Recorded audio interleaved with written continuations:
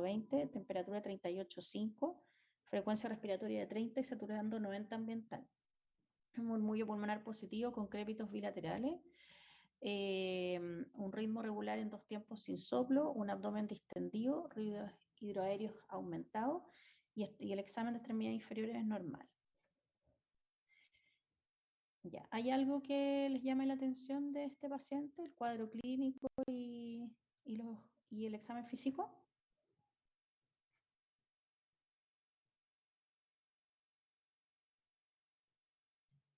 Bueno, igual tiene mucho alterado. Está hipertenso, tiene la misma tema de la taquicardia, está con fiebre, está taquipneico. Ordenémonos. El paciente tiene comorbilidades, ¿no es cierto? Que es la obesidad y la hipertensión, ¿ok? Sí. Tiene un cuadro de 7 días de evolución que tiene varios síntomas. ¿Estos síntomas son típicos de algún microorganismo en especial? Compromiso No general, mucho. diarrea, ya. Muchas veces ¿sí? ¿Podría ser COVID? Podría ser un COVID o podría ser otro virus, porque acuérdense que los virus, los distintos tipos de virus pueden producir cuadros que sean respiratorios y abdominales, ¿ya? Hace 2 días refiere tos persistente y disnea, ¿ya? Y su esposa había estado enferma la semana anterior, o sea, la esposa lo puede haber contagiado. Y actualmente tiene anosmia y tos seca escasa, que es bien característico de COVID. Y en el examen físico, ¿qué les llama la atención?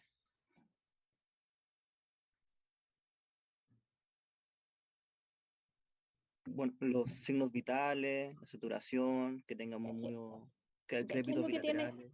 ¿Qué es lo que tiene alterado en el examen físico en orden? Tiene taquicardia y taquipnea.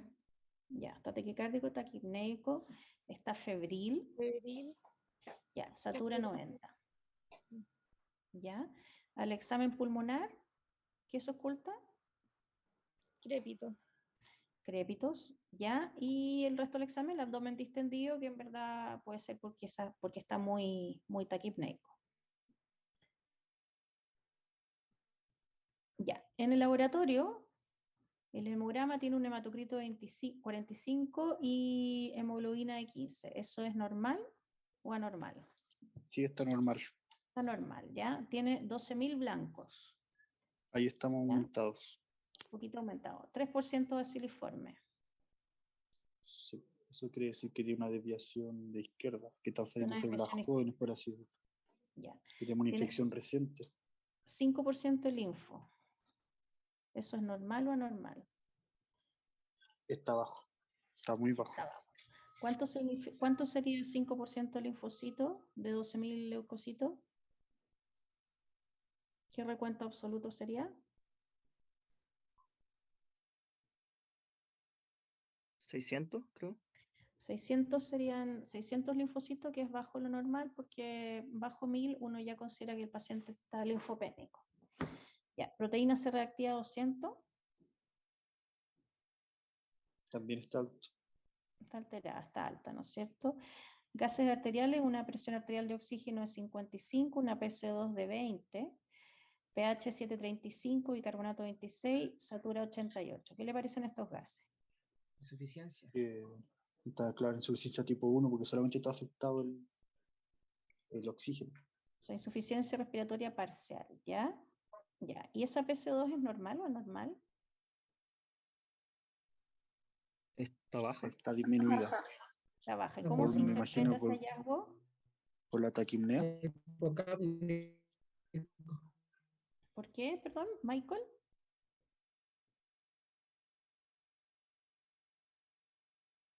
¿Está hablando Michael? ¿Por qué podría estar disminuida la PC2? No, creo que no último hablar. Hoy no te escucho nada.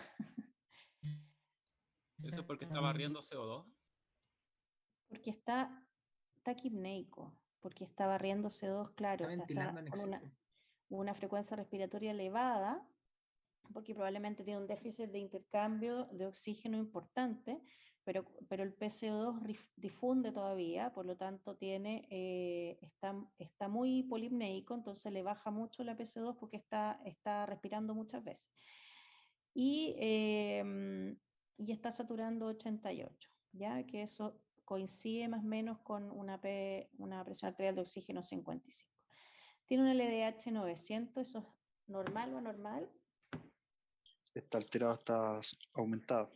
Aumentada, y tiene un dímero de 3000. También está muy aumentado. Está aumentado, o sea, ese valor lo podemos observar en pacientes que tienen tromboembolismo o trombosis venosa profunda. Tiene una glicemia de 180, tomada no en ayunas. ¿Qué les parece esa glicemia?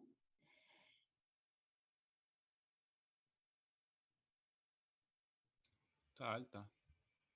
¿Pero está alta O sea, no tan alta. No Pero si no está en ayuna, no sabemos si puede haber comido algo que le aumentó la glicemia recientemente también.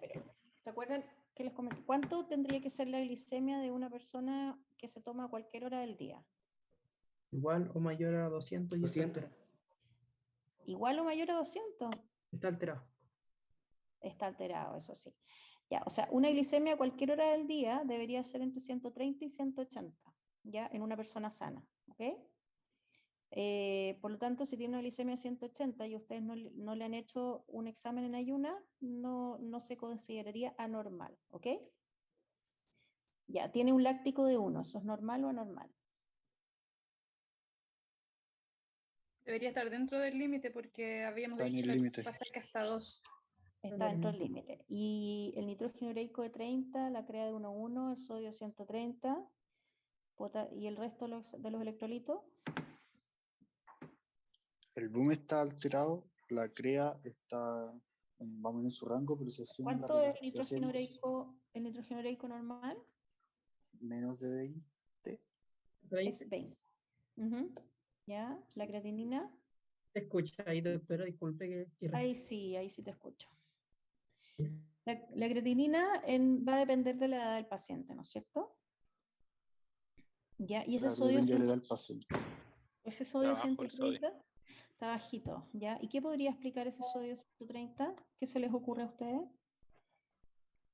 La diarrea, quizá. Sí, pero es habitual que, a no ser que sea una diarrea secretora, habitualmente aumenta el sodio porque el paciente pierde más volumen que sales, ¿ya? Por lo tanto pierde más agua libre, entonces el sodio aumenta. Pero miren, igual esta pregunta es difícil. El sodio disminuido lo hemos visto mucho en pacientes con COVID, y la explicación, porque todavía no hay como acuérdense que esta es una enfermedad que recién se está conociendo y estamos investigando, es porque probablemente hay un síndrome de secreción inadecuada de H, ¿ya? Asociado a una infección pulmonar, porque el síndrome de secreción inadecuada, que produce un aumento del agua libre, por lo tanto una disminución relativa del sodio dentro de la célula, no es porque baje el sodio, sino que porque aumenta el agua libre. Y eso se ocurre, por ejemplo, en los cánceres pulmonares, en algunas neumonias, entonces en COVID se ve harto, ¿ya? Y probablemente es secundario a eso. Ya, nunca baja más de 130. Si esto era un nivel más bajo y el paciente tuviera síntomas cognitivos, quizás habría que restringirle agua libre, ¿ya? Pero por otro lado, tú tienes muchas pérdidas por la polipnea también, pérdidas insensibles. Ya, entonces, esta es la radiografía del paciente. ¿Qué les parece esta radiografía? Tiene como un patrón difuso y aparte se ven como lesiones en parche, creo que se llamaban. ¿O no? Sí, Además, o sea, a la derecha. tiene un infiltrado difuso y algunas de lesiones que son se llaman crazy pavement, que es como pavimento loco la traducción, que es como empedrado, perdón. ¿Es como un virus merilado o no? Sí, hay vidrios merilados. Es que lo que pasa es que en la radiografía de tórax es más difícil verlo, pero sí, es un patrón intersticial en vidrios merilados y algunas lesiones así como que se acumulan un poquitito que probablemente son empedrados, ¿ya? Pero así se ve en la radiografía de tórax de un paciente con COVID, el compromiso es difuso y bilateral, ¿ya? Ya, este es un escáner bonito, ¿ah? porque hay unos que están blancos completos. Estos son los infiltrados que se ven aquí ¿cómo se llama? De zonas en vidrio esmerilado y a veces confluentes. Y aquí se ve empedrado, ¿ya? Esto es como un mix de regiones del pulmón que están muy comprometidas versus otras que están limpias, que no tienen compromiso como está acá. Y el compromiso se ve mucho más hacia las bases, pero la verdad es que es difuso de todo el pulmón. ¿Ok? Como les dije, es un escáner que está medio tirado para bueno, porque los que vemos habitualmente el compromiso es mucho mayor. Ya, ¿qué diagnóstico probable tiene este paciente? Pero piensen en los diagnósticos diferenciales, ¿ya? ¿Qué cosas podría tener?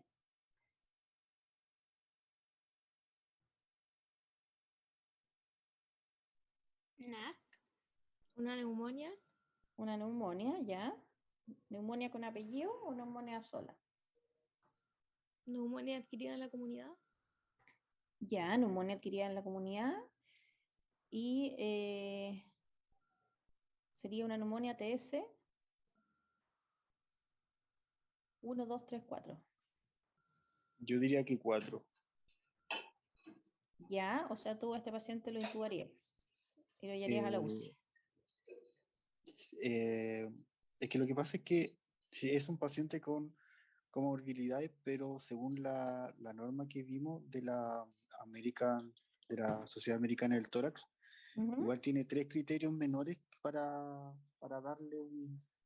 para calificarlo como una neumonía grave.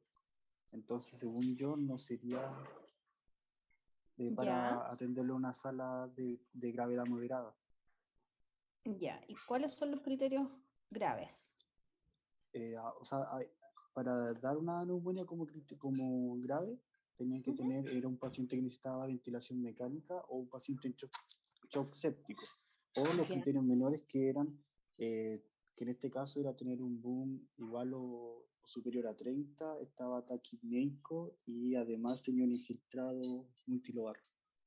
Por eso yo creo que debería ser estaban con 3 criterios menores. Ya. Sí, o sea, yo creo que este paciente está como al límite. La verdad es que este tipo de pacientes se admite en una unidad intermedia, ¿ya? No se intuba de una porque la insuficiencia respiratoria la tiene acuérdate que esto es ambiental. Sí. ¿Ya? Entonces todavía nos falta darle oxígeno, nos falta hidratarlo, nos faltan otras cosas, ¿ya? Entonces, una vez que hagamos esas intervenciones, vamos a ver si es que el paciente mejora o no mejora, y si no mejora o empeora en lo ventilatorio, ahí claramente lo que va a necesitar es ventilación mecánica. Pero nosotros, todos los pacientes que ingresamos al hospital tienen infiltrado multilobar, ¿ya? Y la verdad es que los tratamos de manejar en la medida que se pueda en salas en los que tienen criterios de ingreso a sala de menor complejidad, que cada centro, como no hay todavía una norma para los manejos de pacientes con COVID, cada centro ha ido moldeando sus criterios según los recursos que tenga. En este centro, nosotros los pacientes que tienen requerimientos de oxígeno bajo, o sea, por ejemplo, hasta 3 litros por naricera, y que tienen una insuficiencia respiratoria leve, que no tienen disfunciones de otros órganos y que tienen una comorbilidad que se pueda manejar en forma simple, ya por ejemplo hipertensión, cosas así, que no esté descompensada, los manejamos en sala básica. Y aquellos pacientes que tienen comorbilidades que están descompensadas o que tienen una insuficiencia respiratoria más importante, ya sea requerimientos de oxígeno mayor al 50%, o que su deterioro ventilatorio haya sido muy rápido en las últimas 24 horas, tratamos de manejarlo en unidades de intermedio. Y ya en la UCI, aquellos pacientes que tienen indicación de ventilación mecánica, ¿ya? Que son aquellos en que ha fracasado la oxigenoterapia, o que no toleran bien los distintos dispositivos de oxigenoterapia o tienen alguna comorbilidad descompensada, ¿ya? Muy descompensada, porque igual las diabetes descompensada, que hemos visto muchas en COVID, la manejamos en unidades de intermedio. Ya, y lo hospitalizaría yo, sí, ¿no es cierto? Lo respondimos con el comentario anterior. ¿Y qué tratamiento inicial plantearía? ¿Qué conocen ustedes que se le está dando ahora a los pacientes con COVID? ¿Podrían ser pulsos de metilprednisolona?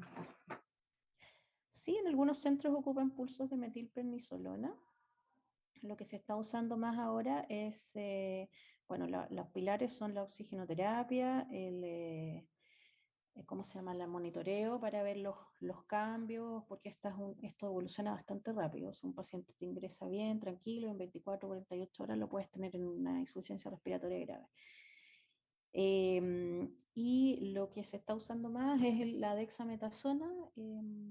Ahí la dosis es diferente en cada centro, pero nosotros aquí ocupamos 8 miligramos, que son 2 ampollas de 4 miligramos de dexametasona endovenosa. En otros lugares ocupan prednisona, en otros lugares ocupan metilprednisolona.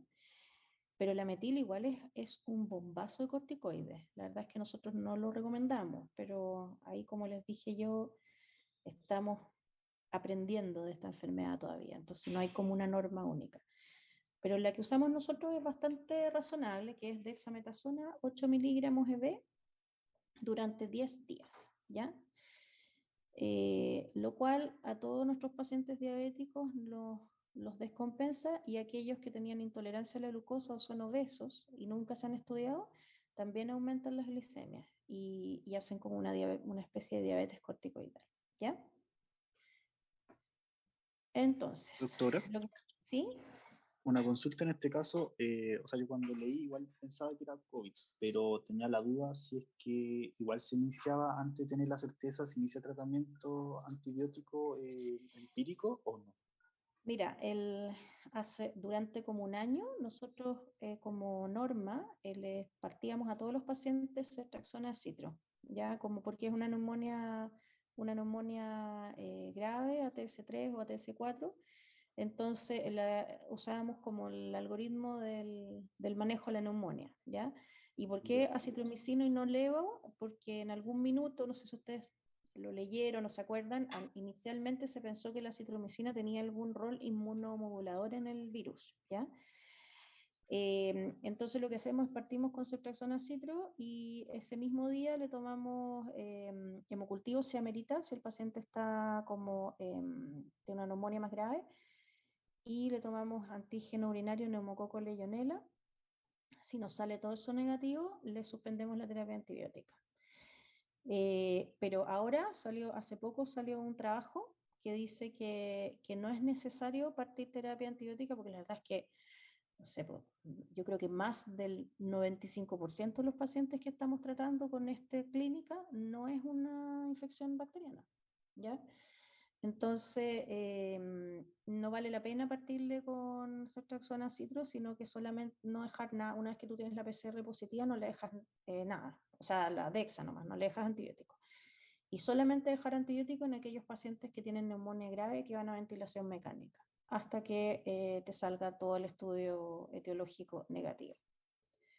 Eso es de algo que salió hace menos de un mes atrás, ya que es una recomendación.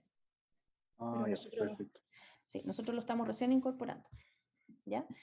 Entonces, lo que tiene este paciente es una neumonía multilobar bilateral con sospecha de COVID-19, una insuficiencia respiratoria parcial, porque está hipoxémico, pero no está reteniendo CO2, una insuficiencia renal aguda, aquí 1, o sea que hay aumento de los parámetros nitrogenados, pero sin compromiso de la creatinina, y esta parte nos faltó discutir, que es un probable compromiso tromboembólico. ¿Por qué yo les puse este diagnóstico aquí? ¿Por qué creen ustedes? El dímero D. Porque manejaba El dímero D. Es un paciente que viene de su casa, que no tiene por qué tener un dímero D alto, e ingresa con un dímero D alto. ¿Y qué saben ustedes del dímero D y COVID? ¿Cómo? Hace muchos viajes el paciente. Hizo muchos viajes. Era obeso y no me acuerdo los antecedentes que era. Era transportista. Eso, Ya, transportista. pero el hecho de ser transportista, ¿te puede aumentar el dímero D a 3000? No, pero hay una correlación entre Como COVID hay una y... correlación de sedentarismo como factor de riesgo para... Ya, pero estamos hablando de la enfermedad tromboembólica, no estamos hablando de la obesidad y el COVID. enfermedad tromboembólica y COVID, ¿qué correlación tiene?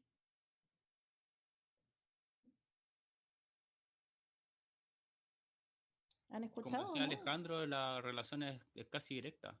Hay mucha prevalencia de tromboembolismo pulmonar por COVID. Ya, ¿solo tromboembolismo pulmonar?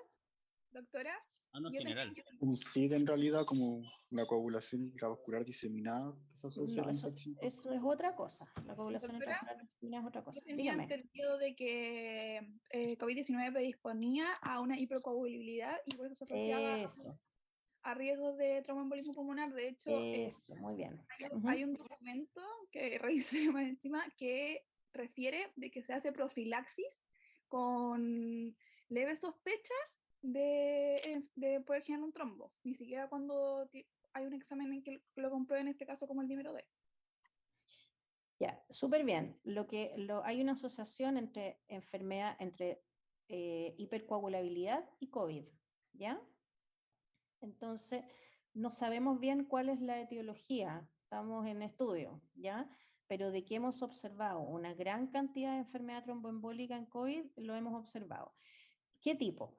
Lo más frecuente es el TEP, pero ¿por qué es más frecuente? Porque nosotros estudiamos el pulmón, entonces vemos más tromboembolismo pulmonar y bueno, y la infección está ahí mismo, pero hemos visto más infarto, más TBP, más isquemias mesentéricas, más trombosis cerebrales, o sea, en cualquier territorio del cuerpo. El otro día vimos una paciente que tenía una isquemia de la pared gástrica, o sea, por eso a eso se refieren cuando hablan de COVID como una enfermedad muy impredecible, porque está este riesgo tromboembólico y no tiene, y es aparte del riesgo que tiene el paciente por ser obeso y la astasia venosa y todas esas cosas. Esto es un riesgo adicional, ¿ya? Entonces puede que hayan pacientes que no tengan ni una comorbilidad, que no tengan enfermedad de hipercoagulabilidad, pero que por el hecho de tener COVID hacen todos estos eventos. Tanto así que nosotros en este centro, que podemos hacerlo, a todos los pacientes que ingresan con una neumonía grave por COVID, le hacemos al tiro un angiotac, independiente del valor de dímero D, ¿ya? Y obviamente si tiene un dímero D elevado, como es el caso de este paciente, tomamos más resguardos. ¿Qué sería eso? Y esto también es diferente, es un manejo diferente según el centro que uno esté, pero lo que estamos haciendo en este centro es dejar, si el paciente no tiene un tromboembolismo pulmonar demostrado o una clínica de una enfermedad tromboembólica demostrada, lo dejamos con una profilaxis ampliada, que es por kilo de peso. O sea, en vez de dejarle Clexane 40 miligramos subcutáneo, que es la profilaxis que le dejamos a todos los pacientes, que ha demostrado que previene enfermedad tromboembólica por estasia venosa en el paciente hospitalizado, le dejamos Clexane por kilo. O sea, si pesa 80 kilos, le dejamos 80 miligramos al día. Si pesa 60 kilos, le dejamos 60 miligramos al día. ¿Ya? Y lo mismo, el Fragmin le dejamos, en vez de dejarle Fragmin 5000, le dejamos Fragmin 7500 o Fragmin 10000 según el peso.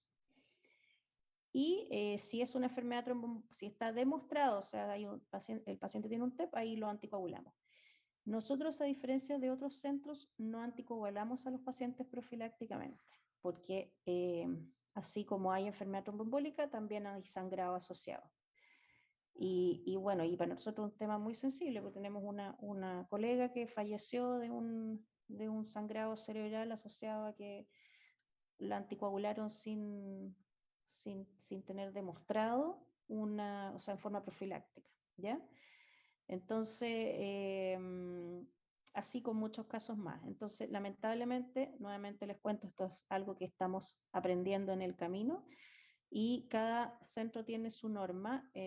Yo también considero que es muy prudente no anticoagular a todos los pacientes, sino que ir viendo caso a caso. En este caso, que tiene un dímero D de 3000, a este paciente nosotros probablemente le vamos a dejar la profilaxis ampliada, si es que no hemos demostrado objetivado la trombosis. ¿Ya? ¿Tienen alguna duda? Doctora, ¿y la profilaxia ampliada va de acuerdo al dímero D o de acuerdo a un número hacia arriba? ¿O cuando el paciente con COVID? Es que eso, acuérdate que no hay una normativa aún, ya general. Por ejemplo, no sé, pues la clínica alemana le ponen con un dímero D sobre 3000, anticoagulan a los pacientes, independiente que tú demuestres o no si hay una trombosis, ¿ya?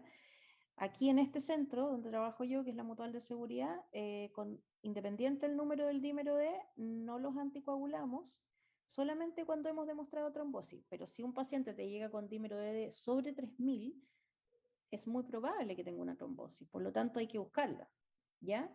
En cuanto a lo que es clínica, hay que pedirle troponina, se le pide, se le hace seguimiento con dímero D, se le hace una angiotax, se le busca trombosis de las extremidades, etcétera, ¿ya? En el examen físico evalúas si es que hay alguna una alteración abdominal, si hay un abdomen agudo, porque puede estar haciendo una trombosis del territorio mesentérico, ¿ya? Pero así como partirlo en forma empírica, no, porque el riesgo de que estos pacientes sangren, al final si el paciente hace un sangrado, tú le agregas más morbilidad al cuadro que ya tiene, que es bien mórbido, ¿ok? Entonces, por eso yo personalmente no estoy de acuerdo con anticoagularlos a todos, pero eso se ha definido diferente en cada centro, ¿ya? Ya, doctora, gracias. Hay un artículo, yo creo que se los mandé, pero voy a revisarlo, que es no sé si era el JAMA o el Lancet, que es una de estas revistas que son bien populares de revistas médicas, que es una revisión sobre, que se hizo en junio del año pasado sobre manejo del COVID. Y es súper completa sobre los factores de riesgo, el manejo, y que es la que se hizo 6 meses después de que empezó la pandemia en Europa, por lo tanto es con información bien completa. Y a mí me gustó mucho ese artículo porque es como te explica todo muy bien, cuáles son los grupos de pacientes más riesgo, por qué hacemos cada cosa, y ahí ellos en el fondo argumentan el uso o no uso de terapia anticoagulante. Así que se los voy a enviar después si es que lo quieren leer. Ya, bueno, este paciente, usted decidió, no sé si leímos esto, usted decidió solicitar una PCR para COVID-19, lo hospitaliza en la unidad de paciente crítico e inicia oxigenoterapia con el dispositivo que tenga disponible para alcanzar una saturación de al menos 94%. Acuérdense que la naricera se puede usar hasta los 3 litros, hasta los 4 litros, que equivale aproximadamente a un aumento de la FiO2 en un 12%, ¿ya? O sea, lo máximo que yo puedo dar de FiO2 con una naricera es aproximadamente 30%. Y es muy, o sea, de lo que tú supuestamente le estás dando al paciente, es muy irregular porque puede que esa FiO2 varíe entre 25 y 30, ¿ya?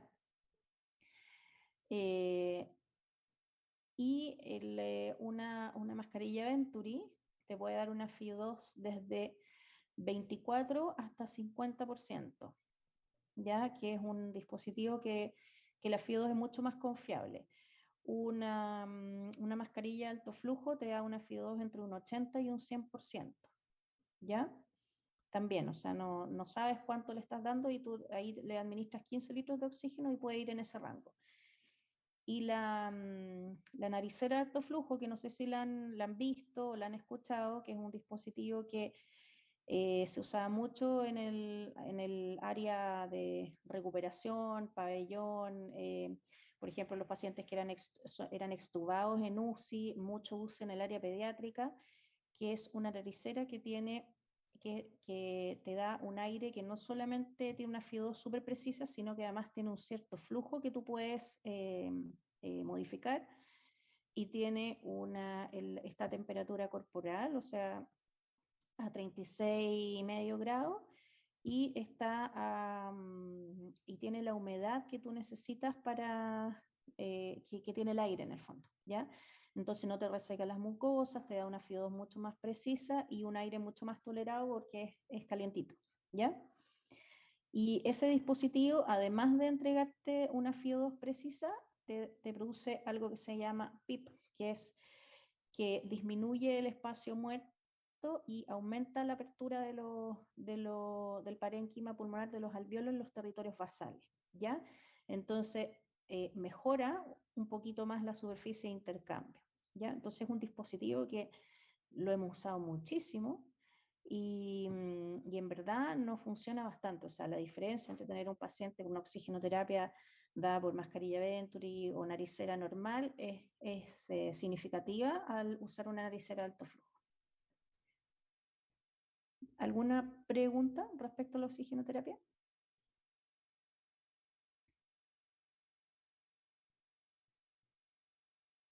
Profe, Sí. que en un momento dijo que la naricera normal elevaba la FiO2 en un 12%, pero después dijo algo de 25 y 30, ahí como que me enredé. Lo que pasa es que no es precisa. Ya.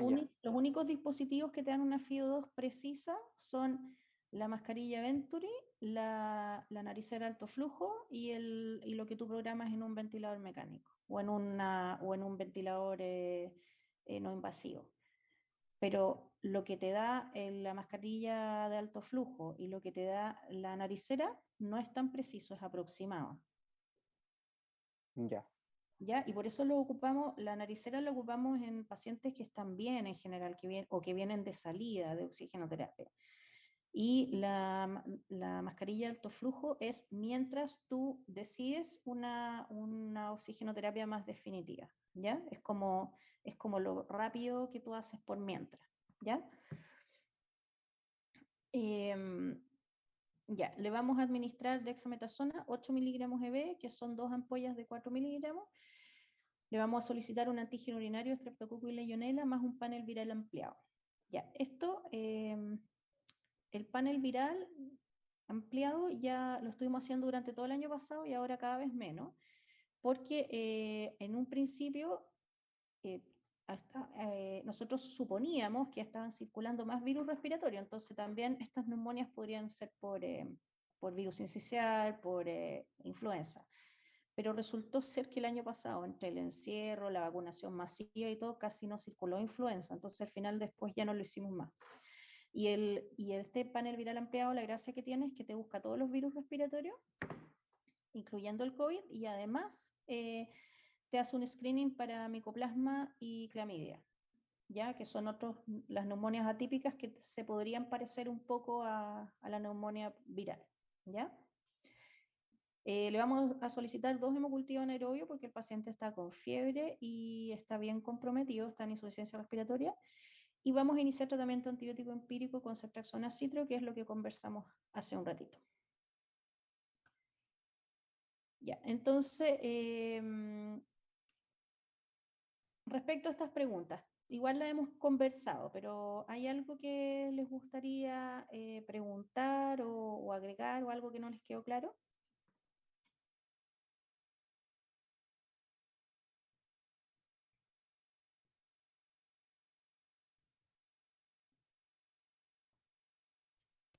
Doctora, yo quería solamente consultar ¿Sí? por el uso del Ibercast o la ivermectina, si ha sido realmente efectivo en esos pacientes.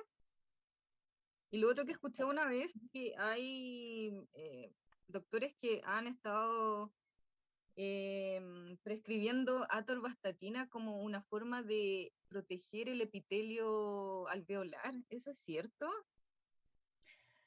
No, y la ivermectina tampoco. O sea, el doctor que sale en la televisión promoviendo la ivermectina es súper irresponsable porque en verdad no hay ni uno, pero ni un trabajo científico que avale el uso de la ivermectina, un trabajo científico bien hecho, que tenga hartos pacientes y todas esas cosas. Y lo único que ha logrado es que la gente vaya y agote la ivermectina en las farmacias que en verdad se ocupa para otras cosas, ¿ya? Lo de lo irresponsable es una opinión personal, pero la verdad es que nosotros de repente nos molesta ver tanto médico en la televisión hablando tantas cosas que no tienen ningún aval científico, ¿ya? No hay trabajos que avalen el uso ni de la ivermectina, la atorvastatina, no sé, primera vez en mi vida que lo escucho, entonces no te sabría decir porque tendría que leer el trabajo y ver qué es lo que dice, pero por lo menos no es algo que sea vox populi ni esté dentro de las opciones de normas ni ninguna cosa. Quizás del punto de vista fisiopatológico, así como se pensó en algún minuto en la citromicina y en y en la la hidroxicloroquina, quizás empíricamente uno podría pensar que el uso de la atorvastatina, que tiene un efecto antiinflamatorio sobre el endotelio, podría quizás ser una opción, ¿ya? Pero no sé si eso está demostrado, porque puede ser una hipótesis científica, pero no sé si ya hay trabajos que digan que sí, efectivamente, en un grupo control es un trabajo prospectivo, randomizado, con grupo control, con doble ciego, que diga que aquellos pacientes que usaron atorvastatina tuvieron menos daño o menos días o menos morbilidad que los pacientes que no la usaron. No te sabría contestar porque no lo sé. Y respecto a la ivermectina, como te digo, ni uno de los trabajos publicados cumple con esas características y de hecho se hizo respecto a todas estas cosas que han salido hablando en televisión, distintos personajes, se hizo ¿cómo se llama? Una revisión de un comité de expertos del ministerio que fueron expertos de verdad, que no eran políticos, respecto a todas estas cosas, como para que ya la gente deje ¿cómo se llama?, de creer en todas estas cuestiones. Y una revisión por un comité científico buscando todos esos trabajos donde supuestamente decían que todos estos medicamentos eran beneficiosos, también un antiviral que promueve un alcalde, y salió una declaración diciendo que no hay ni un trabajo que demuestre que alguno de esos medicamentos sea útil, salvo el antiviral, que hay un trabajo en curso, ¿ya? Pero que no ha demostrado, no ha publicado resultados todavía. Uno que sea de características serias, ¿ya? Hay uno en curso, ¿ya? Entonces no, hay ojo ahí, bueno, cada uno tiene que saber en qué cosas cree, pero nosotros tenemos el deber como médicos de transmitirle a nuestros pacientes las cosas que son aseveraciones que tienen, ¿cómo se llama?, fundamento, y las que no, ¿ok? No sé si respondí tu pregunta con eso. Sí, gracias, doctora. ¿Ya? Sí, es que yo trabajo en farmacia y se vende demasiado la ivermectina, entonces... Sí, lo sé. Mira, imagínate que la ivermectina se ocupa ¿cómo se llama?, para el tratamiento de la pediculosis, y tú sabes que yo tengo hijos chicos, entonces cada cierto tiempo les da el tema de los piojos. Y yo la ocupaba porque se ocupa como tratamiento coayudante del tratamiento de arrastre. Y está agotada. Y yo no me había dado cuenta el impacto que había tenido todos estos comentarios que hacía el doctor Ugarte en la televisión. O sea, la gente realmente le cree y le va a comprar la ivermectina. Y el único que está trabajando en ivermectina en Chile es él, pagado por los laboratorios, obviamente. Entonces, y hay millones de publicaciones internacionales que no sirven, o que son publicaciones súper rascas, así como que 5 pacientes, ponte tú, 20 pacientes, y trabajo súper mal hecho. Si tú te metes a buscar en la literatura médica, vas a encontrar millones de cosas, pero después a ustedes les van a enseñar, imagino, en algún momento, a seleccionar cuáles son los trabajos que realmente tienen verdad científica y los que no. ¿Ya? Y de esos trabajos tienen que ver, son muchos ítems. De hecho, para el COVID, los primeros trabajos eran de 5 pacientes, 10 pacientes, 50 pacientes, y por eso andábamos pegándonos cabezazos, porque no cometimos muchos errores al principio, porque no teníamos verdades científicas, no teníamos, todo lo que hacíamos era teórico, ¿ya? Pero ahora tenemos mucho más fundamento, los centros de investigación han sacado mucha información, entonces ahí de a poquitito se han ido armando como ya más normas o revisiones sistemáticas, como con argumentos más de peso para usar más unas cosas u otras. Por ejemplo, lo de los corticoides, ya sabemos que sí da resultado, y nuestros pacientes que están usando corticoides han andado mucho mejor. Con harto efecto adverso, sí, pero mejor. Ya. Gracias, doctora. De nada. Ya. En la evolución de este paciente a las 48 horas ya tiene resultado microbiológico, el hemocultivo es negativo, el antígeno neumococo y legionela es negativo, y la PCR para COVID positiva. Usted mantiene la terapia corticoidal y suspende los antibióticos. Eso es lo que hacemos acá con estos pacientes. Y en las últimas horas el paciente ha presentado deterioro ventilatorio, satura 90, con una mascarilla Venturi del 50%, persiste febril y el control gasométrico presenta una PAFI de 150, con una presión arterial de oxígeno 75 y una FiO2 al 0,5, está oligúrico y la CREA aumenta a 1,5. ¿Qué le ha pasado a este paciente? ¿Está mejorando o está empeorando? Está empeorando. Está empeorando, o sea, tiene la misma saturación que tenía cuando llegó, pero ya ahora con oxigenoterapia. Una PAFI de 150 es bastante... ¿Sabes lo que es la PAFI o no? No, profe. Es una sigla que usamos para que es para, por ejemplo, si tenemos pacientes que tienen se le administra el oxígeno con distintas concentraciones, entonces para homogeneizar el nivel de insuficiencia respiratoria, ¿ya? Entonces tenemos, por ejemplo, acá tenemos este paciente con una presión arterial de oxígeno 75 y le estamos administrando un aire concentrado con 50% de oxígeno. Entonces, la oxigenación que él está logrando con esa administración de oxígeno es bajita, ¿ya? Entonces, esto lo ocupamos para evaluar a futuro y antes como la evolución de la oxigenación del paciente, ¿ya? Entonces, si yo mañana le pongo 3 litros de oxígeno y tiene una presión arterial de oxígeno similar, va a tener una PAFI mucho más alta, ya, porque ser 3 litros de oxígeno les expliqué que equivale aproximadamente a una fracción inspirada de oxígeno de 30%. Entonces va a tener una PAFI probablemente 180 sobre 200, ¿ya? Entonces eso es la división de 75 dividido 0.5, ¿ya? Y ahí se calcula la PAFI. Y además está quedando en anuria, o sea, oliguria, perdón, que eso puede ser un compromiso renal por la infección severa, o que esté deshidratado, o que tenga alguna afectación trombótica por el estado protrombótico de la infección. Ya, ¿es esta la evolución esperada de un paciente con COVID, no?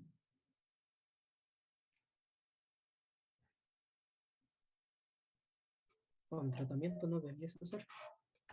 Lamentablemente sí, porque nosotros tenemos ahí unos rangos. Por ejemplo, el paciente se ingresa con indicación de hospitalización o requiere oxigenoterapia al 5.º día de infección, significa que estos pacientes en general se deterioran entre el día 5 y el día 10, ¿ya? Entonces, si está ingresando al 5.º día ya requiriendo oxigenoterapia, todavía te quedan 5 días más para que el paciente se siga deteriorando. Entonces puede que los requerimientos de oxígeno aumenten y el paciente te caiga en más falla ventilatoria, y si la falla ventilatoria es muy severa o la inflamación secundaria al virus es muy severa, te puede hacer una falla multiorgánica, ¿ya? Cuando el paciente ingresa, por ejemplo, en día 7, requiriendo terapia ventilatoria adicional, nosotros pensamos y decimos, pucha, le quedan como 3 días para empezar a mejorar. Entonces los aguantamos esos 3 días y a veces ya uno como que afina el ojo y dice, ya, este paciente no va a requerir ventilación mecánica y este sí. Pero en promedio, en nuestra UTI, que en este momento tiene como 35 camas, 32 camas, perdón, estamos cada 24 horas trasladando entre 4 a 6 pacientes a ventilación mecánica, ¿ya? Entonces, si tú lo calculas por porcentaje, es harto, ¿ya? Podría tratarse de una evolución normal de neumonía por COVID, que su mayor deterioro se observa entre día 7 y día 12 de infección, y también podría tratarse de una complicación, por lo que se solicita el siguiente estudio complementario: angioTAC de tórax, electrocardiograma y troponina, ¿ya? O sea, si un paciente se te va deteriorando, puede ser secundario a la misma infección o que pueda estar cursando una complicación, y si el deterioro es ventilatorio, tengo que descartar que no tengo un TEP, que no tengo un infarto o que no tengo una insuficiencia respiratoria o una miocarditis, que también puede producir una insuficiencia cardíaca. Ya, el angioTAC de tórax observó un TEP segmentario de una rama de la arteria bronquial derecha, inicia terapia anticoagulante con clexane 60 miligramos cada 12, el paciente pesa 65 kilos, y se instala una CENAF, una naricera alto flujo al 70%, con lo que logra mejorar la PAFI a 200, ¿ya? El electrocardiograma no muestra alteraciones del ST, el ritmo sinusal, y la troponina está discretamente elevada según el valor normal de laboratorio. Ya, eso puede ser por el TEP, ¿no es cierto? Mantiene buena mecánica ventilatoria y disminuye su frecuencia respiratoria a 20. Completa 10 días de terapia corticoidal. Se logra disminuir la FIO2 progresivamente hasta el día 14 de hospitalización, con 21 días de evolución, en que finalmente logra suspenderse la oxigenoterapia. Se mantiene con rehabilitación motora y respiratoria, se siente muy debilitado y mantiene disneas de mínimo esfuerzo, pero sin saturación ambiental. Durante el periodo que estuvo con corticoides, desarrolló una diabetes corticoidal, por lo que se sugiere continuar con metformina, 850 miligramos cada 12 horas, hasta reevaluación por diabetólogo en un mes más. O sea, esto que les estoy mostrando es una evolución frecuente de un paciente con COVID, o sea, están varios días hospitalizados. Si en algún minuto llegó a tener mucha insuficiencia respiratoria, el retiro del oxígeno es paulatino, se acuesta a destetarlos del oxígeno, y muchos pacientes requieren rehabilitación motora y respiratoria después del cuadro, del cuadro respiratorio, porque se produce mucha atrofia muscular, ya los deja muy agotados, porque acuérdense que el aumento, o sea, la insuficiencia respiratoria te quema muchas calorías, o sea, se come mucha masa muscular. Por ejemplo, me tocó una vez un caso de una chica que era físico-culturista y le dio un cuadro de COVID que no estuvo hospitalizada, pero estuvo a punto. Y en el puro periodo de infección, que le duró más o menos 14 días, bajó de peso 10 kilos y pura masa muscular. O sea, perdió todo. Esta chica se estaba preparando para unas competencias de físico-culturismo y perdió todo lo que se había preparado los últimos 2 años, perdió todo, porque perdió todo, mucha masa muscular. Y imagínense, los abuelitos también quedan muy debilitados, los obesos bajan muchísimo de peso, y se produce esto que es la diabetes corticoidal, que quedan los pacientes, o los que ya eran diabéticos quedan con su diabetes más descompensada, y los que no eran diabéticos que se les produce un diagnóstico, o sea, se desencadena ya una diabetes hecha y derecha, por lo cual tienen que seguir en tratamiento y control.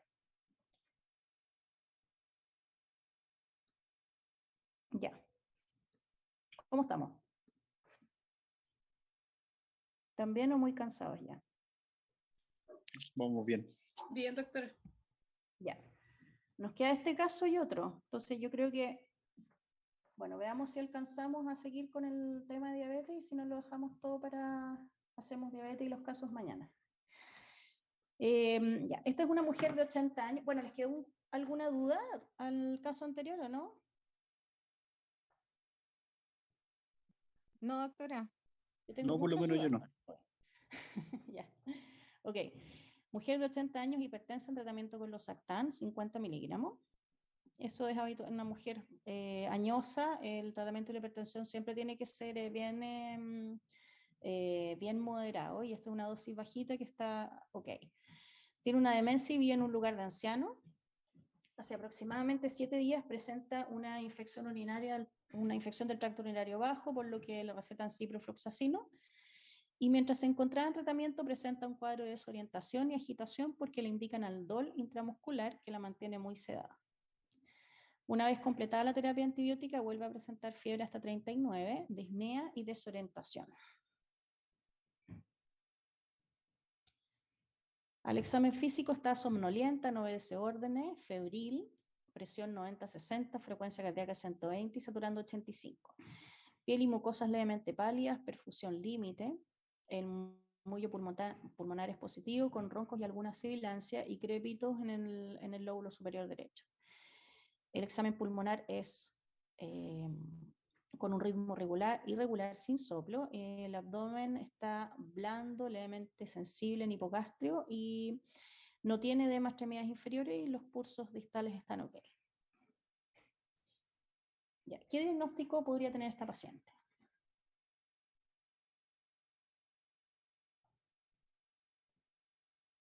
Voy a poner de nuevo.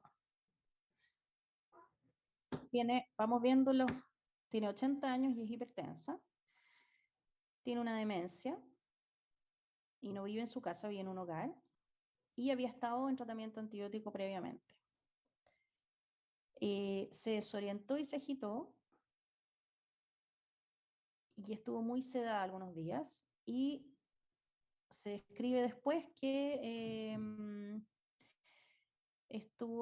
vuelve a presentar fiebre después de haber estado en tratamiento del cuadro infeccioso anterior, disnea y desorientación.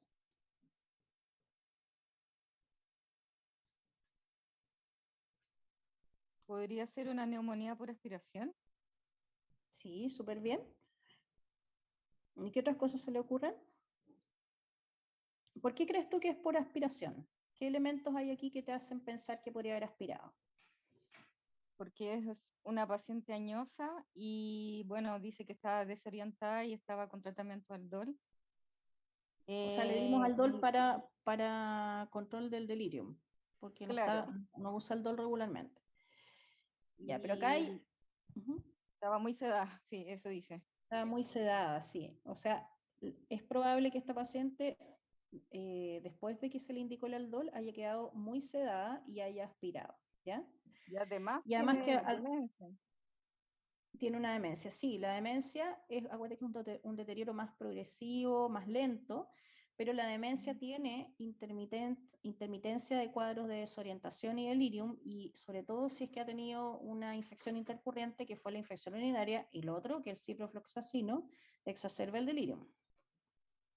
Por eso eviten los quinolonas en los pacientes añosos, a no ser que sea estrictamente necesario. Ya, al examen está feo acá estos signos vitales, ¿no es cierto? ¿O les parecen? ¿Qué les parece a ustedes aquí? Está todo Tiene alterado. fiebre, para ser adulto mayor tiene como una presión baja. Ya, ¿podría ser un cuadro séptico esto? Sí, Sí. podría ser. Podría ser, ¿no es cierto? Está taquicárdica, o sea, tiene un CIRS de todas maneras, ¿ya? Y probablemente hay una infección, porque está febril, entonces podría ser esto una sepsis. La perfusión límite dice acá, pero acuérdense que esto es una cosa también que es bien subjetiva, y tiene crépito, ya, o sea, probablemente tiene un cuadro respiratorio asociado a una sepsis. Ya, ¿qué diagnóstico podría tener esta paciente con todos esos elementos? ¿Con examen físico y anamnesis? Me dijeron una Podría ser neumonía por una aspiración, neumonía adquirida en el hospital, pero si no está hospitalizada. pero recibió un tratamiento de sedación, del ciprofloxacino, y eso pudo también derivar a una Ya, neumonía pero ¿cuál es adquirida en la el hospital, ¿o no? definición? ¿Cuál es la definición de neumonía asociada a la atención de salud? Era una adquirida luego de 48 horas de haber estado hospitalizada. No me acuerdo. Claro, o sea, acuérdense que si van tienen que fundamentar lo que comentan. No, porque ella está en un hogar de ancianos. No es una neumonía adquirida, o sea, intrahospitalaria, porque ella no está en el hospital. Ya, por lo tanto, los gérmenes del lugar donde ella está no son gérmenes hospitalarios. ¿Ya? Sí, acuérdense que los adultos mayores que están institucionalizados tienen una diferencia a los que están en su casa, que es que los bichos tienen más riesgo de hacer infecciones por gram negativos y por pseudomonas, ¿ya?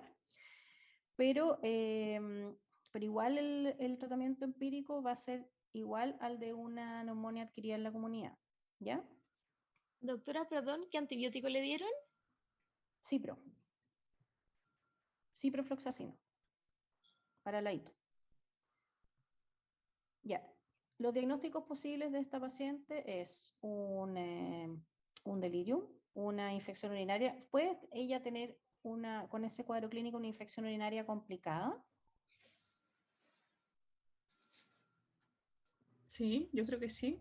Sí, o sea, puede estar haciendo una sepsis de foco urinario, ¿ya? Y la desorientación y la desaturación y todo puede ser parte de la sepsis. Eso puede estar haciendo un distrés secundario a un foco urinario. Una neumonía, una insuficiencia cardíaca también, porque tiene síntomas respiratorios, un infarto, ¿ya? O un tromboembolismo pulmonar. Ya, en el laboratorio tiene un hematocrito 34, hemoglobina de 11.2, un recuento de leucocitos de 15.000 con 2% baciliforme, 15% linfo y plaquetas 250.000, una VHS de 50, una PCR de 180, nitrógeno ureico de 30 y CREA de 1,5, sodio de 150, glicemia de 95, láctico de 1,5 y una presión arterial de oxígeno de 50, una PC2 de 40, satura 90% y un bicarbonato de 24. ¿Qué le parecen esos exámenes? Pero no me digan está todo alterado, díganme, tiene leucocitosis, tiene invasión izquierda, o sea, lo que necesito es que los interpreten.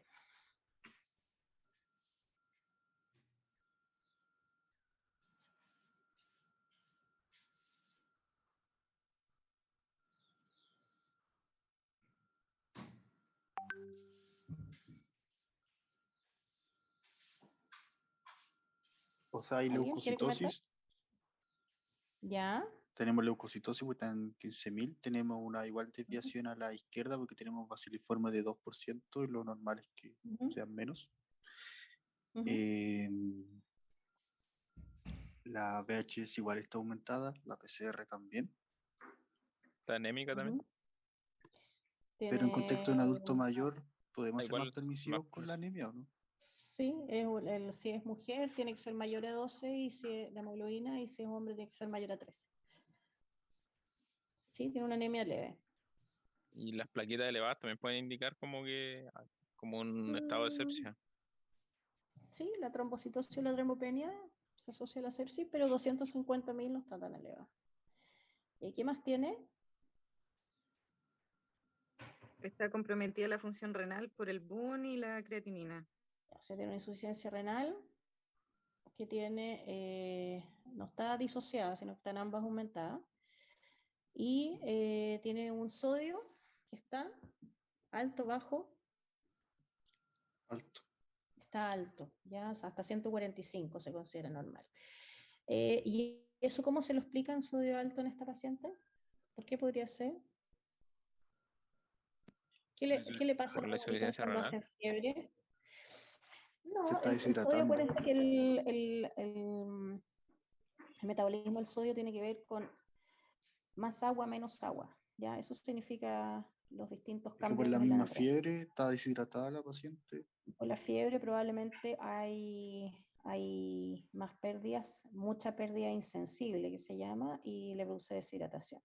Y también la cataquipnea produce pérdidas de, acuérdense que el aire expirado tiene agua también, ¿ya? Entonces, muy bien. Y tiene una insuficiencia respiratoria parcial o global.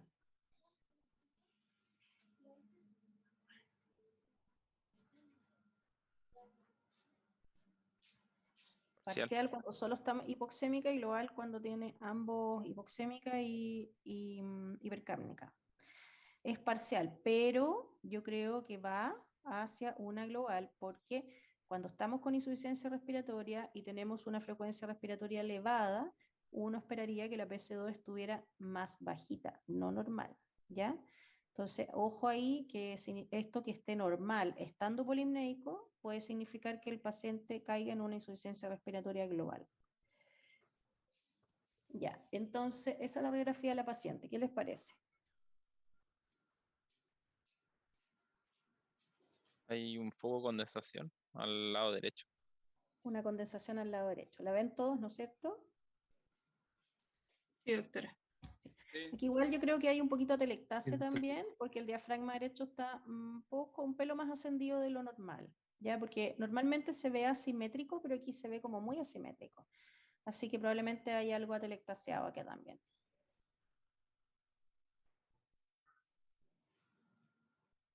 Ya, muy bien.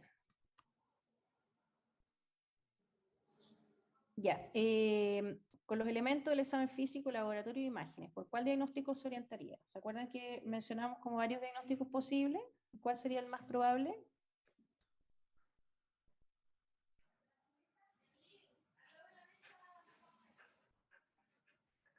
Es que al ser al lado derecho, como que es más probable que sea por aspiración, porque es más, o sea, Claro, es cuando más es fácil una, que se vaya, ay, no sé cómo decirlo, lo que aspiró se vaya al pulmón, al lado claro, derecho, cuando se por ve anatomía. una condensación en el lóbulo superior derecho, es más probable que sea por aspiración. Muy bien. Ya, entonces el diagnóstico de esta paciente es una neumonía ATS3, ATS4 en verdad, una probable aspiración, un delirium, una demencia, hipertensión y un tratamiento antibiótico reciente que hay que tenerlo en cuenta para cuando uno plantee la terapia antibiótico empírica. ¿Le pediría exámenes adicionales? Yo creo que igual hay que pedirle exámenes adicionales porque hay que asegurar que no haya algún otro microorganismo que nos simule una neumonía por aspiración. Ok. ¿Podría ser una eco renal? Ya, una eco renal pensando en qué. Me gustaría saber si es una insuficiencia renal crónica, insuficiencia renal aguda, porque igual es viejita, entonces puede que la insuficiencia venga de antes, no esté bien controlada. Pero a ver si el riñón más que nada está atrófico o está normal. Ya, y si el riñón, los pacientes con insuficiencia renal crónica, ¿todos tienen riñones atróficos? No, hay excepciones que eran diabetes mellitus tipo 2, el virus de la hepatitis B, el virus de la hepatitis C, lupus creo, y me falta uno. O sea, es que el riñón, cuando la insuficiencia renal está avanzada, te va a dar atrofia renal, ¿ya? Y sí, tú podrías verificar eso por la eco.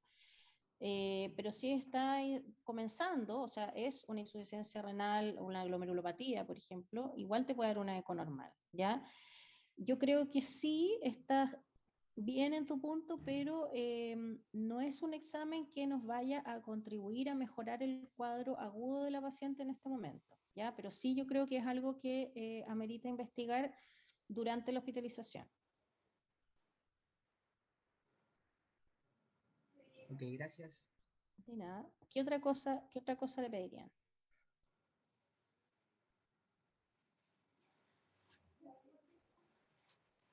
Con la radiografía se quedan listos para tratar la neumonía.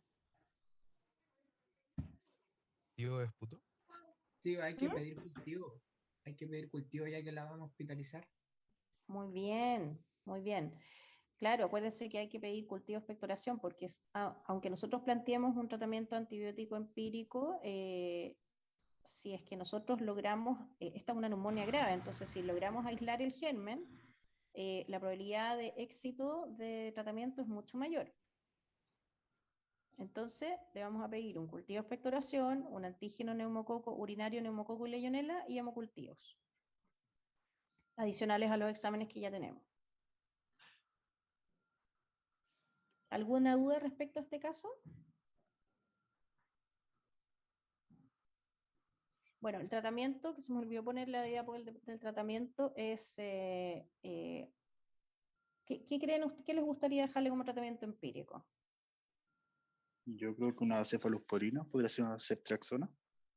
¿Ya? ¿Ceftriaxona sola? Con un macrólide. Ya, pero bueno, sí que ustedes me dijeron que era una neumonía por aspiración. Los anaerobios, ¿con qué antibióticos se mueren? Metronidazol. Con metronidazol, muy bien. O sea, si yo creo que esto es una neumonía por aspiración y la probabilidad, porque no todas las neumonías por aspiración se tratan con cobertura de anaerobios porque depende del estado de dentadura del paciente, ¿ya? Pero los viejitos habitualmente muchas veces tienen la dentadura en mal estado, así que hay probabilidad de aspirar dentro de todos los bichos que podrían producir la neumonía que sean anaerobios también. Por lo tanto, yo le puedo poner le puedo poner un antibiótico que cubra esos anaerobios, y en este caso sería amoxiclavulánico o ceftriaxona-metronidazol, ¿ya? El amoxiclavulánico endovenoso se llama Unacin, ¿ya? Y lo otro es ceftriaxona-metro. La ceftriaxona clinda, que también nos puede servir, en los viejitos tratamos de no usarlo mucho la clindamicina, a no ser que sea necesario, porque los predispone mucho a infección por Clostridium, y a medida que van avanzando en edad es cada vez más probable tener una infección por Clostridium, ¿ya? Entonces, idealmente tratar de omitirlo, ¿ya? Y si es necesario lo usamos. También la penicilina en dosis altas te cubre, pero no te cubre bien los gram negativos. Ya, ¿alguna duda con el caso de esta señora?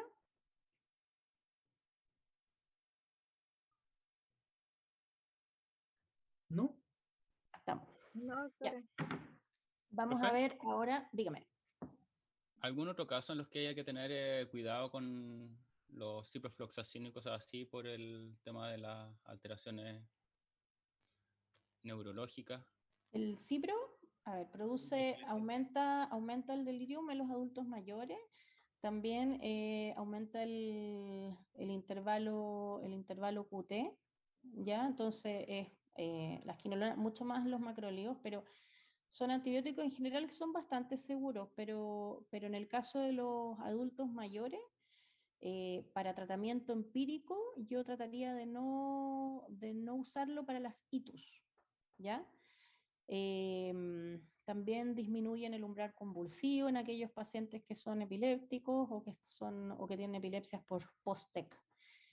En un adulto mayor yo creo que la mejor opción, si tú quieres plantear un tratamiento empírico, es usar la cefazolina o el cefadroxilo, que te cubre gram positivos y gram negativos como el E. coli y la Klebsiella, ¿ya? Y si no, por último, ceftriaxona, si es que está hospitalizado. Y si no está hospitalizado, puedes usar cotrimoxazol, nitrofurantoína, ¿cómo se llama esto? O el cefadroxilo, ¿ya? Gracias. De nada. Bueno, todo esto el cipro se ocupa muchísimo, ¿ya? En este caso es una paciente que tenía demencia previa, entonces la probabilidad de empeorarle los síntomas de confusión es mayor con el cipro. Ya, el último caso, paciente de 25 años, profesor, que refiere un cuadro de 2 semanas de evolución de tos seca y disnea, consulta por disnea de pequeños esfuerzos. Refiere baja de peso en los últimos 3 meses de aproximadamente 10 kilos, no hace dieta ni mucho ejercicio, se va en bicicleta a su trabajo, pero en las últimas semanas no ha podido pedalear por disnea. Dice que está muy estresado con la enseñanza online y por eso tiene menos apetito. Al examen físico está vigil y orientado, está enflaquecido, tiene un IMC de 17, tiene una lengua sagurral, se observa una lesión redondeada y dolácea en el cuello que refiere que tiene hace aproximadamente un mes. Presenta adenopatías inguinales bilaterales móviles y no dolorosas, una temperatura de 37,5, presión arterial normal, una frecuencia cardíaca 85 y una saturación de 92. Tiene un examen pulmonar normal, examen cardíaco normal, abdomen excavado, pero el resto normal, y no tiene edema y no tiene TBP. ¿Qué diagnóstico podría tener este paciente? ¿Neoplasia? Una neoplasia. Ya, podría ser una neoplasia, pero viene por un cuadro, una disnea que ha ido aumentando y un pelito de fiebre y baja de peso. Podría ser una neoplasia perfectamente. ¿Qué más creen que podría tener? Una neumonía viral, puede ser igual. Una neumonía viral, pero me sobra el cuadro que es como medio larvado. Ah, sí, muy largo, sí. VIH, profe, igual hay Sí, que VIH descartarlo. igual estaba Podría ser pensando. una neumonía típica. Una Por lo neumonía típica larvado. también, VIH, súper bien, ¿ya? Una neumonía típica en paciente inmunosuprimido, ¿ya? Siempre cuando vean un paciente joven que ha bajado de peso mucho, sin dieta, piensen en VIH porque es más frecuente en este grupo etario. el cáncer, el linfoma, por ejemplo, es un cáncer frecuente en este grupo etario también, tiene algunas características diferentes, pero está dentro de los diagnósticos diferenciales. VIH, neoplasia, ya menos, dejen esta cosa que se las puse aquí a propósito, que está muy estresado y todo eso, es la última opción. O sea, cuando ya he descartado todas las otras causas, pienso en que quizás pudiera ser algo de la esfera emocional o psiquiátrica. Ya, y aquí les puse unas pistas, no sé si las reconocieron en el examen físico. Las adenopatías inguinales. Tiene adenopatías inguinales, ya, que pueden ser adenopatías generalizadas también. ¿Ya? ¿Qué más tiene, qué otra pista hay como para pensar que pudiera ser un VIH? La lengua saural. Lengua saural súper bien, porque tienen candidiasis, ¿ya? O sea, siempre, acuérdense que los pacientes jóvenes con baja de peso, miren, hay que mirarle la boca, porque cuando hay sospecha de un VIH, o sea, que esté en etapa SIDA, hay muchos signos clínicos que se pueden ver en la boca de un paciente. Entre ellos, la candidiasis orofaringea, también se puede ver la infección por, ¿cómo se llama esta? Ay, se me olvidó. Es una infección por el virus Epstein-Barr que se ve en la boca, en la lengua. Después, cuando me acuerde, se las digo. Y está esta lesión violácea en el cuello que puede ser un sarcoma de Kaposi. ¿Herpes zóster, doctora? ¿Cómo? No, nada, me equivoqué de virus. No, pero dime, sí, también se pueden ver lesiones herpéticas en la boca en un paciente con VIH, pero son súper dolorosas, ¿ya? Entonces ahí como que te vas a dar cuenta al tiro. Pero no, estaba ahí pensando en otra cosa que se me fue. ¿La mononucleosis? Leucoplaquia vellosa. Vale. Eso, leucoplaquia vellosa, que se ve como al lado de la lengua y se ven como unas líneas blanquecinas. Ya, entonces, podría ser una neumonía, las dijeron todas, neumonía al TEP le faltó. Neumonía por bacterias atípicas, neumonía viral, neumonía por neumocistis y el TEP. Esos son los diagnósticos posibles. TEP igual es raro porque el cuadro es más arrastrado, pero siempre en un paciente joven hay que pensar en un TEP o en una telectasia. O sea, perdón, en un neumotrax espontáneo, telectasia, esas cosas también. Ya, tiene un hematocrit 32, hemoglobina 10.7, recuento de leucocitos 4000 con 1% de aciliforme y 15% linfoides segmentados 80%, 200.000 plaquetas, VHS de 60, PCR de 50, LDH de 400 y una PaO2 de 55, una PCO2 de 35 y saturando 91. ¿Qué les parece estos exámenes? Que tiene una inmunodeficiencia. ¿Por qué tiene una inmunodeficiencia? Por el recuento leucocitario de 4000. O sea, nos podría orientar a... ¿Está normal el recuento total?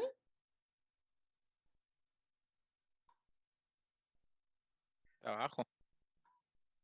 ¿Seguros? No, está dentro del rango entre... Está dentro del rango. 4000 y 12000. Está dentro del rango. Pero los linfocitos están... Pero los linfocitos sí están disminuidos, doctor. Ya, ¿cuánto es el Los valor linfocitos absoluto de están los disminuidos en linfocitos? 600. El valor absoluto es el número, no el porcentaje. Debería ser sobre... Ya, pero ¿y él cuánto tiene? 600. Tiene 600, ya. ¿Y podría ser una neumonía por COVID si está linfopénico? Sobre... de 5000. Claro, la neumonía... ¿Cómo? 600. No te escuché.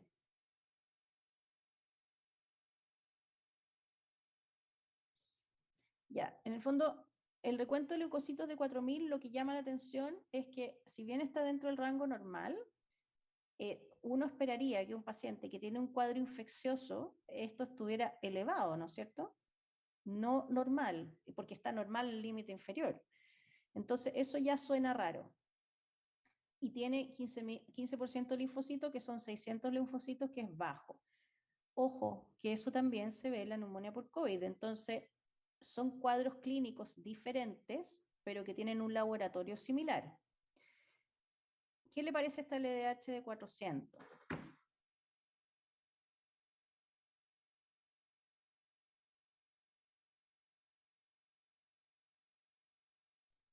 Sí, está muy elevado. Elevada, ya. ¿Y los gases? ¿Qué es lo que tiene? Insuficiencia nuevo parcial. Está una insuficiencia respiratoria parcial. Ya. Ya, estas son las imágenes del paciente. ¿Qué les parece?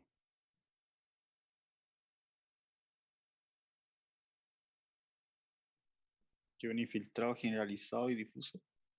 Tiene un infiltrado intersticial, que es difuso, que es bilateral. La distribución es más hacia la periferia, ¿ya? Y se ve que tiene zonas que son de condensantes, junto con zonas en vidrio esmerilado, y se ven estas burbujitas negras. ¿Qué creen ustedes que son? Se ven por aquí. ¿Qué será Será eso de tan lactasia, negrito? ¿no? Son bulas, son negritos. La telectasia se ve blanco, bien, como bien denso. Estas son bulas, ¿ya? Que son frecuentes en la neumonía por neumocistis. Doctora, ¿Sí? en la radiografía también se ve como algo, ¿no? Que está como en el lado izquierdo, en la parte superior. Sí, ahí se ven bulitas.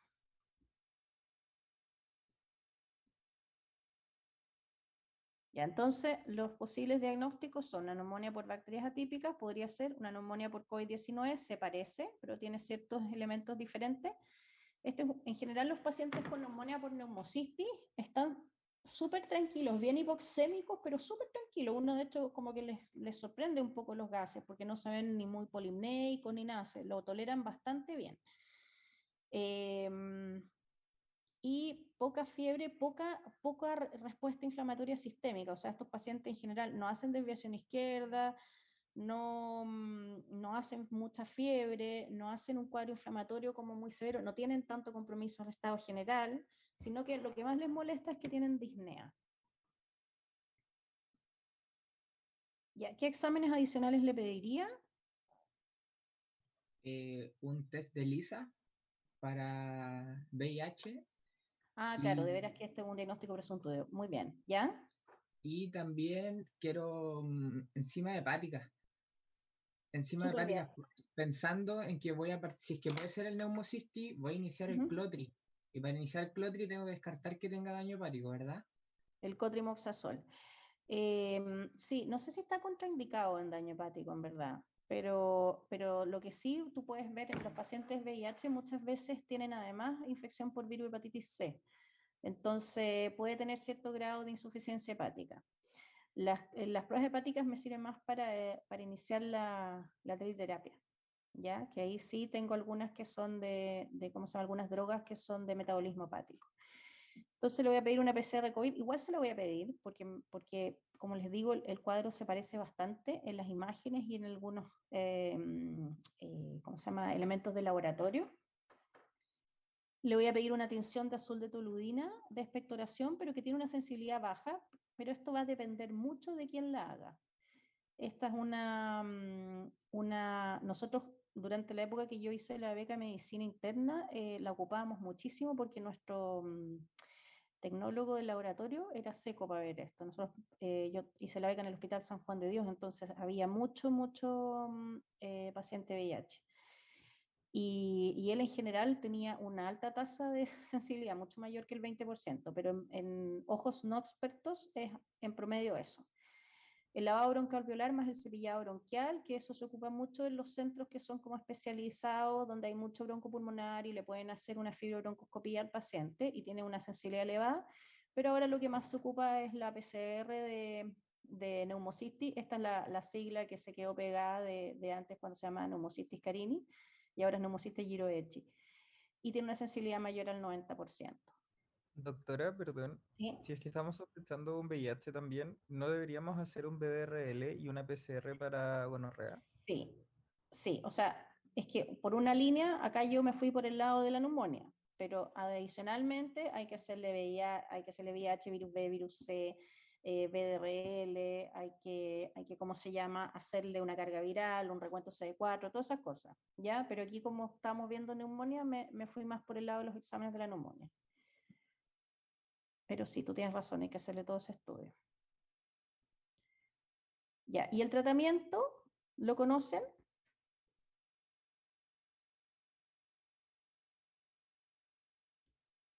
¿Les suena el tratamiento o no? ¿O no lo conocen? Sí, doctora. ¿Sí? Ya, o sea, acá les puse esto porque hay que tener ojo con algunas cosas. El tratamiento es con sulfas, pero existe un porcentaje de paciente que es alérgico a la sulfa. Entonces ahí tú tienes dos alternativas. O lo trata, muchas veces ellos conocen que son alérgicos a las sulfas porque la neumonía por neumocitis se repite en los pacientes inmunocomprometidos. Entonces, probablemente en alguna vez los trataron con sulfa y como el tratamiento es de 21 días, hicieron la alergia, se sensibilizaron.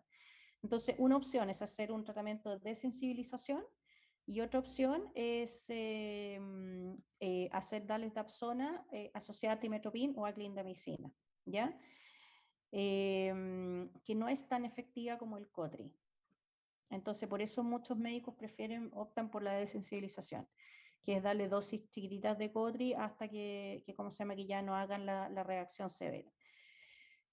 Si el paciente está en insuficiencia respiratoria, además le vamos a dar corticoides por 21 días, muy similar a lo que hacemos con el COVID, así que ahí tenemos como harto campo de investigación en cómo se llama, y por eso hay gente que ha planteado el uso de antivirales que vienen de la línea del VIH para tratamiento del COVID, pero todo está en investigación, todavía no hay nada así que diga que sí, que realmente sirve.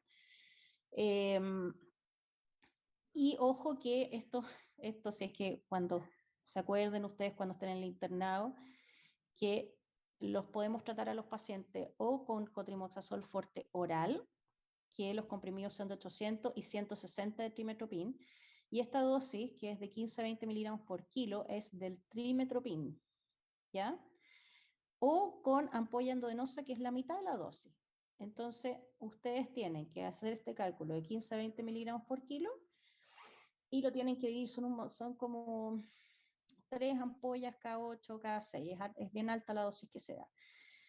Y el cotrimoxazol como efecto adverso produce hipocalemia y produce una anemia secundaria o pancitopenia. Entonces hay que hacerle un control, como los vamos a tener 21 días de tratamiento, control con electrolito y control con hemograma semanal. Doctora, perdón. Entonces, pero ¿se hospitaliza este paciente entonces? Sí, porque está con insuficiencia respiratoria. Sí, porque tienes que darle oxígeno. Mira. Y sí, no, es que mi pregunta era si es que el hospitalizo, ¿sería mejor pasarlo endovenoso a oral? Claro, es que yo les hice la salvedad porque a nosotros nos pasaba mucho en el internado que nos confundíamos con las dosis, porque el cotrimoxazol forte oral tiene 160 trimethoprim y el ampolla tiene 80. Es para que se acuerden de eso, si es que algún día les toca indicar esta terapia, ¿ya? Doctora, disculpe, es que me quedó la duda ahí con eso, porque no entendí bien. Hay que calcular solamente la cantidad de trimethoprim. De trimethoprim, o sea, los 15 a 20 miligramos kilo día son de trimethoprim. Y los 800, y eso va a dar la cantidad de clotrimoxazol. Claro, entonces si tú le das terapia oral, habitualmente es como un comprimido, por ejemplo, a veces a nosotros nos salía 2 comprimidos, si es oral, 2 comprimidos en la mañana, 1 en la tarde, 2 en la noche. ¿Ya? Y si era en ampolla, eran así como 3 ampollas o 4 ampollas cada 6 horas. Ya, dependiendo del peso del paciente.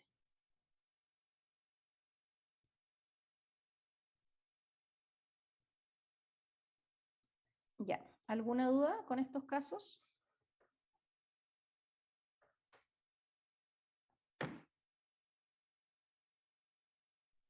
No, doctora.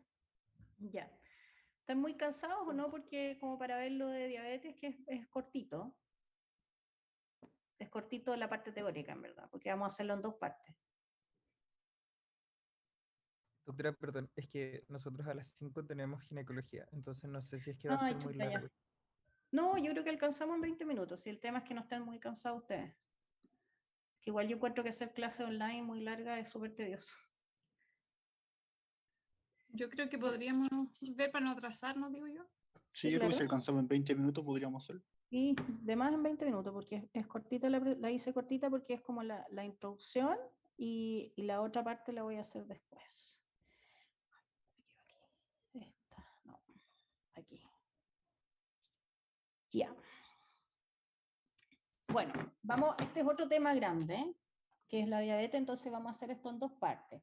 Hoy día vamos a pasar la introducción de qué es como el manejo ambulatorio de los pacientes diabéticos y mañana vamos a hacer casos de como simplecito de diagnóstico, de debut de diabetes, etc. Y la próxima semana nos vamos a enfocar más en las complicaciones, ¿ya? Entonces, definición es el metabolismo anormal de los carbohidratos caracterizado por hiperglicemia y es una alteración relativa o absoluta de la secreción de insulina asociada a distintos grados de resistencia. O sea, esta es como una definición general de diabetes. En general, la diabetes tipo 2 se caracteriza por resistencia insulínica y con un hiperinsulinismo hasta que llega un punto en que la célula beta del páncreas ya se agota y no puede producir más insulina, que es cuando la diabetes se hace insulino requiriente. Y la diabetes tipo 1, que es una destrucción de mecanismo probablemente autoinmune de las células beta del páncreas, lo que produce un déficit de insulina. Y la forma de diagnosticar una diabetes tipo 1 habitualmente es por una cetoacidosis o por una diabetes sintomática, o sea, con polidipsia, polifagia y baja de peso, y la mayoría de las veces se diagnostica durante la niñez y adolescencia. Y la diabetes tipo 2 habitualmente lo más frecuente es que se diagnostique por control médico, de una glicemia tomada así en forma aislada. Cuando hoy en día ya es raro que una diabetes tipo 2 se diagnostique por síntomas. Mundialmente es una enfermedad que va en aumento y esto se asocia directamente a los malos hábitos alimenticios que tenemos y a la obesidad y al sedentarismo. Y la mayoría de los casos se observan en países que están en desarrollo como África, Asia y Latinoamérica. El diagnóstico de la diabetes tipo 2 en los niños y adolescentes es cada vez más frecuente y por lo tanto aumenta la carga de complicaciones crónicas ya asociadas a la diabetes. En Chile, la prevalencia se estima entre un 4,2 y 7,5%. Estos son números antiguos, ¿sí? Del 2003 al 2006, que estaban en las guías GES. Y a diferencia de lo que se describe internacionalmente, porque lo que se habla de otros países que están en vías de desarrollo es que los pacientes no llegan al diagnóstico y llegan a presentar diabetes muy sintomáticas ya cuando es tarde. Y en Chile lo que nos pasa es que tenemos una gran capacidad para diagnosticar diabetes, pero estamos muy al debe en el tratamiento y el control metabólico, ¿ya? Porque, y sobre todo a ustedes les va a tocar que estos 2 años han sido un desastre, porque todos los pacientes con enfermedades crónicas han estado desplazados por toda esta campaña nacional por cómo se llama, por darle prioridad al COVID, que está bien porque la gente está muy enferma, pero en montones de enfermedades crónicas que se han dejado de ver, de atender, de recibir sus terapias, etc. Así que ustedes van a ver mucho diabéticos secuelados y descompensados. Acá este número es del año 2006. Yo espero y creo que ya a esta fecha, casi 20 años después, tengamos un nivel más alto de pacientes con una diabetes controlada, que en este año se calculó en aproximadamente un 20%, que es muy bajito. Ya, los síntomas clásicos de diabetes son poliuria, que se produce cuando las glicemias son mayores a 180, lo cual produce glucosuria, ¿ya? Que eso significa que hay aumento de la glucosa en la orina y por lo tanto polidipsia, o sea, la sensación de sed que se produce por hipovolemia. Nicturia, que el paciente se levanta en la noche para ir al baño, visión borrosa y baja de peso.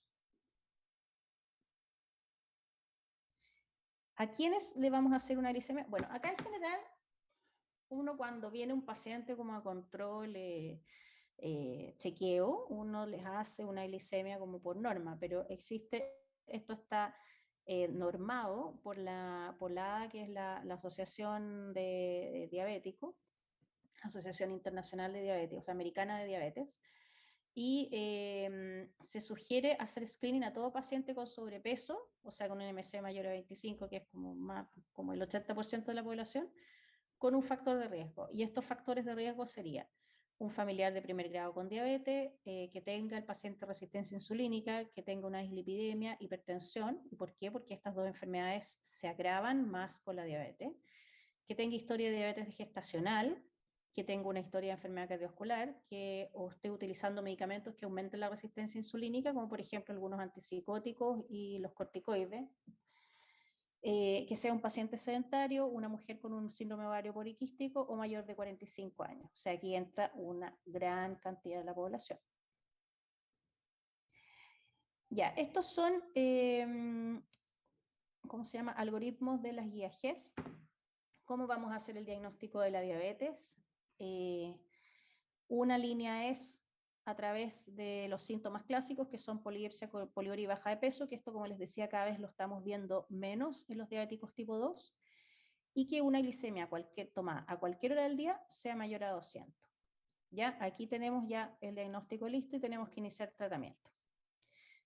Si por otro lado los pacientes tienen algunos de estos factores de riesgo que les mencioné, le hacemos una glicemia ayuna y tenemos 3 opciones. Que sea menor a 100, estamos ok. Le vamos a hacer un control anual. Que sea entre 100 y 125, que ahí le vamos a pedir un test de tolerancia a la glucosa. Que aquí podríamos estar frente a un paciente que tenga resistencia insulínica. O que sea mayor a 126. Y en este caso le vamos a repetir el examen y si nuevamente sale mayor a 126, este paciente tiene una diabetes. Si es que hacemos un test de tolerancia a la glucosa y el paciente aparece con una glicemia 2 horas postcarga mayor a 200 o de ayuna mayor a 126, vamos a hacer el diagnóstico de diabetes. Y después está el rango intermedio, que son los que tienen una poscarga menor a 200 o una glicemia de ayuna entre 100 y 125, que ahí tendríamos un paciente que tiene resistencia insulínica. Ya. El diagnóstico, esto es lo mismo, resumido. Y aquí se agrega la hemoglobina glicosilada mayor a 6.5, que es, esto apareció en los últimos 10, 15 años que aparece como un nuevo criterio diagnóstico. Ya, la evaluación que vamos a hacer del paciente diabético, esto es un resumen de todo lo que nos vamos a fijar en el examen físico, lo que le vamos a preguntar y los exámenes de laboratorio como para empezar a controlarlo.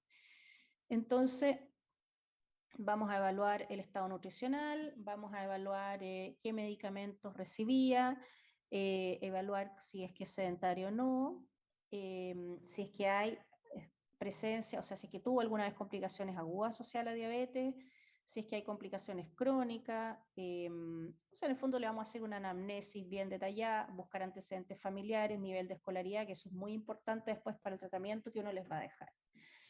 Y en la historia gineco-obstétrica y el consumo de drogas, que es importante para ver si hay antecedentes de diabetes gestacional. O hay pacientes que no tienen antecedentes de diabetes gestacional, pero te dicen que tuvieron un hijo un parto con un niño mayor de 4 kilos, entonces uno dice, bueno, quizás aquí el paciente no se acuerda que tuvo una diabetes gestacional, pero tuvo un niño macrosómico, o tuvo una cesárea que no recuerda bien la causa, entonces ahí uno se puede orientar también. El examen físico, vamos a evaluar la presión arterial, calcular el índice de masa corporal, ver la piel y los fanerios, exploración de la cavidad oral, que acuérdense que los pacientes diabéticos también tienen candidiasis orofaringia. Vamos a evaluar la parte cardiovascular y los pies siempre. Examen de los pies súper detallado. Y ahí les voy a enseñar después de la próxima clase cómo se hace el examen de los pies. Los exámenes de laboratorio, glicemia ayuna o postprandial, según lo que usted amerite que corresponda, hemoglobina glicosilada, perfil lipídico, función renal, orina completa y microalbuminuria en los pacientes que no tienen proteinuria en ¿cómo se llama? En la orina completa. Ya, acá es un algoritmo de cómo vamos a iniciar el tratamiento y que siempre al paciente se le solicitan cambios de estilos de vida y se parte con metformina y se va controlando hemoglobina glicosilada. Si la hemoglobina glicosilada es muy elevada, probablemente vamos a ir hacia el uso de metformina que ayuda para la resistencia insulínica más una NPH.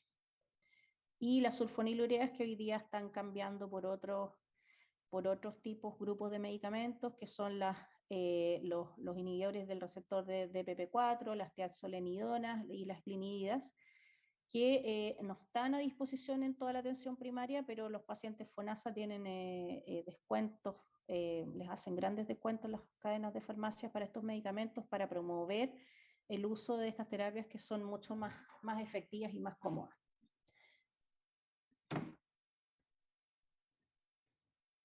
Ya, y los objetivos del tratamiento son el buen control metabólico, evitar retrasar lo más posible las complicaciones, evitar o retrasar las complicaciones crónicas, evitar las hipoglicemias, disminuir el riesgo vascular y evitar la disfuncionalidad, que en el caso del pie diabético, que muchos pacientes terminan en amputación.